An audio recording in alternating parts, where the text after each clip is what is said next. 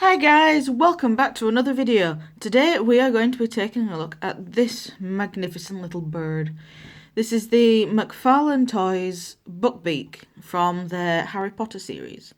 If you have seen the movies, you'll know that Buckbeak is a hippogriff, which means part eagle, part horse. So like a griffin, except the back end's a horse instead of a lion.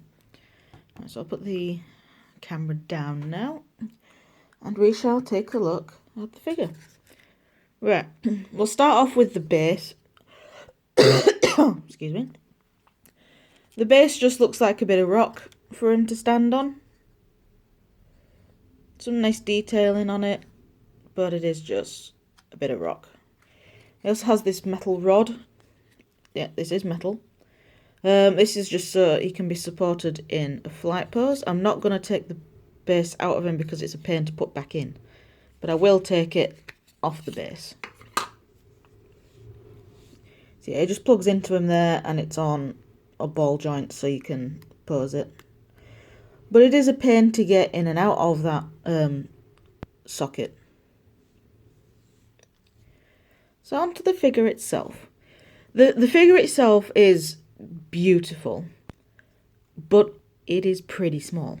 I mean, this is it compared to my phone case. So this is literally the figure compared to my phone. It's pretty small. The wingspan is nice and big, but the body of the figure is quite small. And Forbidden Planet, which is a UK store, Forbidden Planet are wanting £37 for it. This is not a £37 figure. Luckily, I got it for £27 on Amazon. So I paid a more nicer price for it. So we'll take a quick look at the head. The head is really well done. You can see his little beady eyes, and the nicely detailed beak and the feathering on the head. The feathering detail goes down to midsection of the body and goes partway down the legs as well, which is really nice. The other part of the leg is just like bird leg. So it's got some really nice detailing on it. The wings are gorgeous. So this is the underside of the wing. It's white and black. Some really nice detailing. And then on the top, it's still white and black, but it more fades into the black rather than have the black speckled.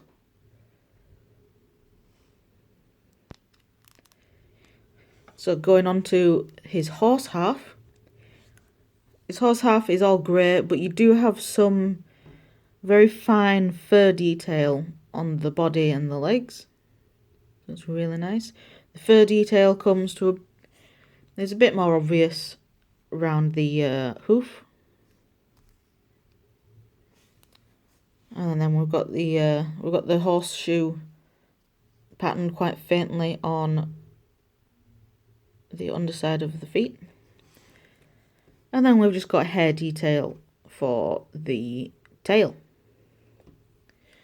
Right, so for articulation, we'll start from the back and work our way forward this time.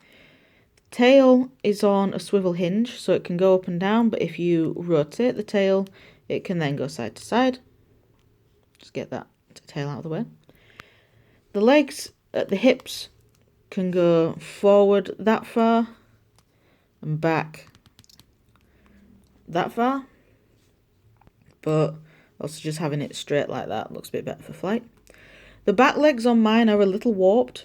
As you can see, this leg is nice and straight, but this one bends in a little bit, so I might try and get a hairdryer to it.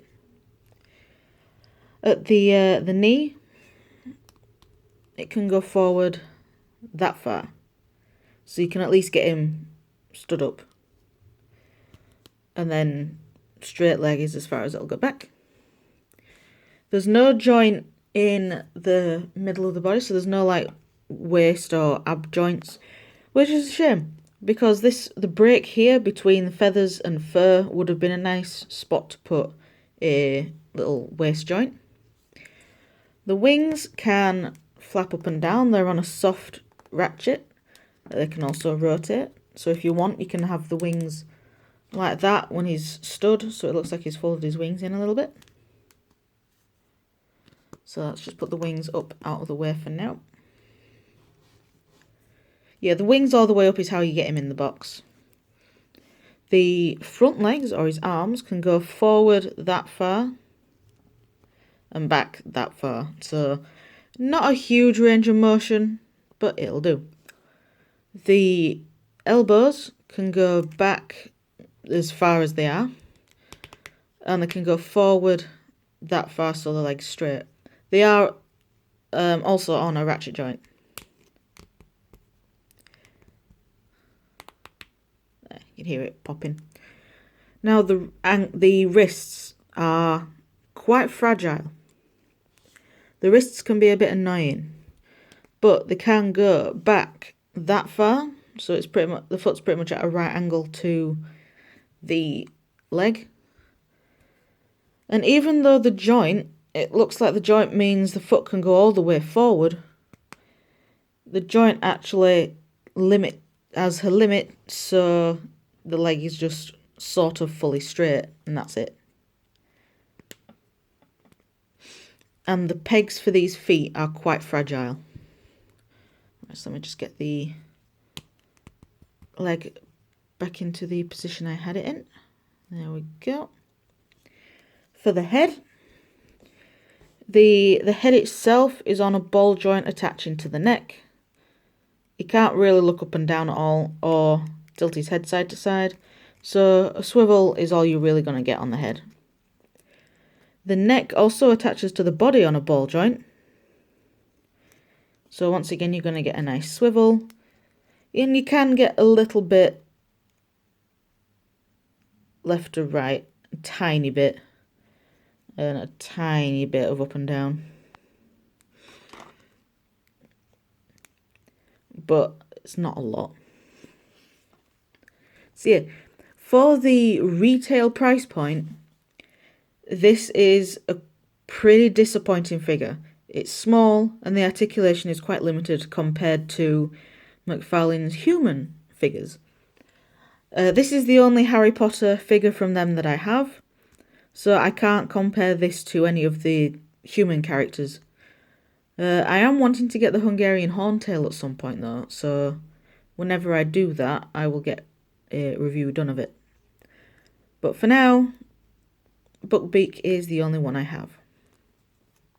Now, he does come with some alternate feet, because these feet at the moment are his flight feet, so his talons are all tucked away. But he does come with extra feet. I just keep them in this box. They didn't come with this little box. So he comes with these extra feet, which are for him standing. And you can see the size, and you can see how skinny the peg is, so you can see just how fragile the pegs on this can be. You can see the foot's got some really nice detailing on it. Not a right lot under the foot, because that's just flat to make sure he can stand, but there is a little bit. So yeah, so to swap out the feet, we shall use the... I'm only going to swap one of them out, because I really don't like swapping these feet out. So what you want to do is you just want to pull the foot off. They are on a slight ball joint, if you can see that at the top of the peg. It is a very, very slight ball joint. But on the figure, it does not act like a ball joint. It just acts like a swivel peg thing. And then you just pop the new foot in, which I really don't like doing.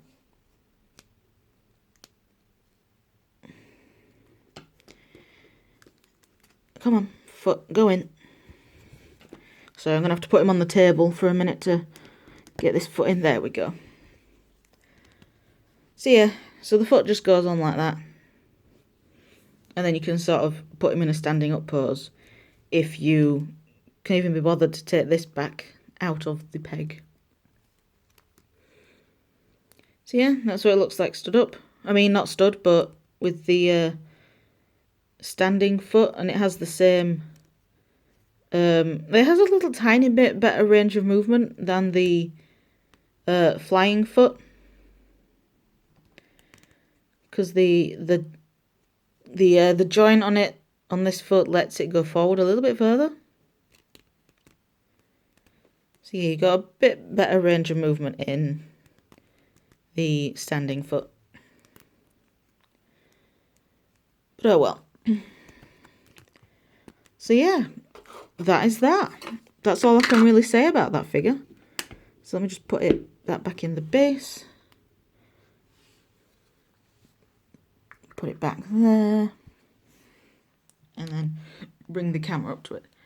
So yeah, that's all I can really say about that figure.